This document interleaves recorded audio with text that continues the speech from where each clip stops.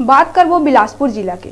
बीते समय में रतनपुर में कोरोना महामारी में बहुत तांडव मचा रही से और नगर में सैकड़ों लोगन मन ला अपन आगोश में ले लिए रही। हालांकि अब ये वैश्विक महामारी ले निपटे के खातिर देश भर में कोवैक्सीनेशन टीकाकरण अभियान चालू हो गए है।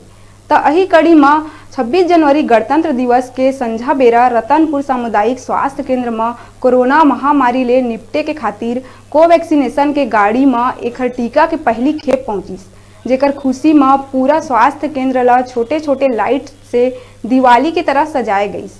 जब ये टीका ला यहाँ लाए गईस तो सामुदायिक स्वास्थ्य केंद्र के चिकित्सा प्रभारी डॉक्टर अविनाश सिंह और स्वास्थ्य कर्मी मन के द्वारा लाए वाला वेन और कोविशील्ड टीका के धूप अगरबत्ती ले पूजा अर्चना करके नारियल फोड़े गई। ओकर बाद ये टीका ला सुरक्षित फ्रिज में रख दिए गई। अब यहाँ टीकाकरण अभियान शुरू हो जाही, जेमा सब पहली अस्पताल के स्वास्थ्य कर्मी मन ला टीका लगाए जाही।